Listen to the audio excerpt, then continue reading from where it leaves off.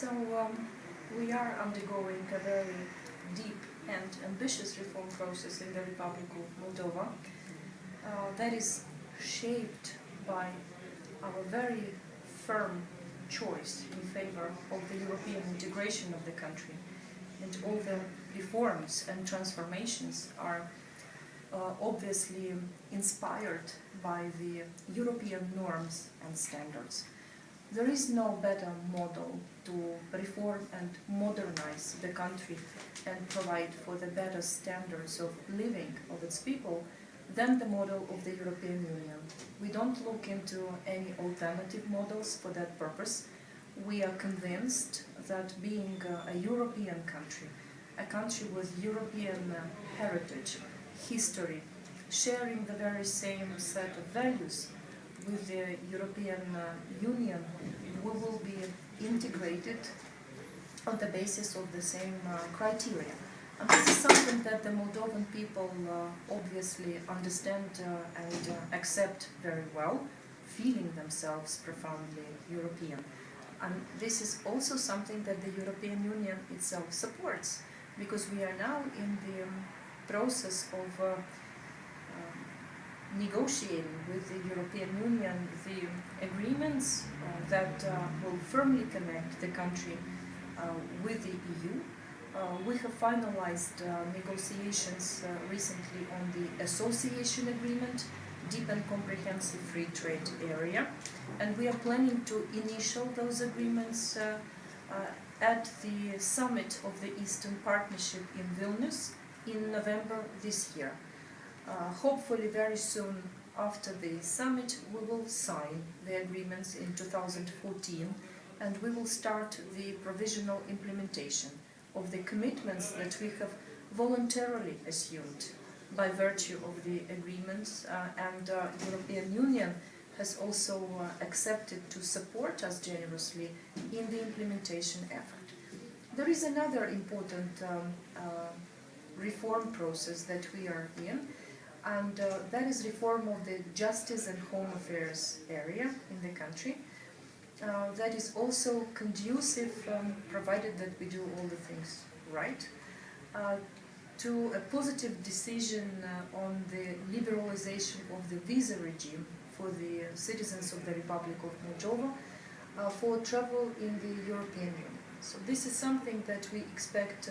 also to be endorsed in 2014.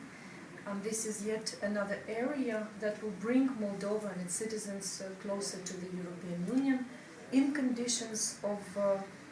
well-managed and secure mobility. And we are very well aware that before this happens, we need to have the country much more stable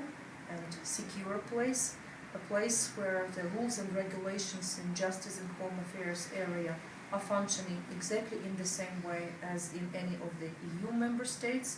And we are also aware that the citizens of Moldova would be informed that visa liberalization decision is for the short stay travel in the European Union and not for anything else. Of course, apart from the justice and home affairs, apart from the European agenda to which I referred, we are pursuing a quite comprehensive effort to stabilize the economic situation of the country, reducing the budgetary deficit, providing for a better investment climate in the Republic of Moldova, because once you reform very well the justice system, once the fundamental freedoms and liberties for everybody are sustainable in the country, you look for foreign direct investment, and you look for the opportunity to provide for jobs for your own citizens, to be comfortable at home, to come from abroad in case they left the country in search for better jobs outside. And this is a very important item on our agenda that we are pursuing very intensively in the Republic of Moldova. But again, as I said, the good news is that European Union believes in this effort, and European Union supports us very generously. So it's not only that we are in a constant transfer of experience of norms, standards, regulations for the regulatory change and law approximation in the Republic of Moldova. This is also practical assistance that is translated into financial help, resources, macro-financial assistance, budgetary support, technical assistance programs that we are implementing thanks to the European Union, sector cooperation areas like in the field of energy, transportation, in the field of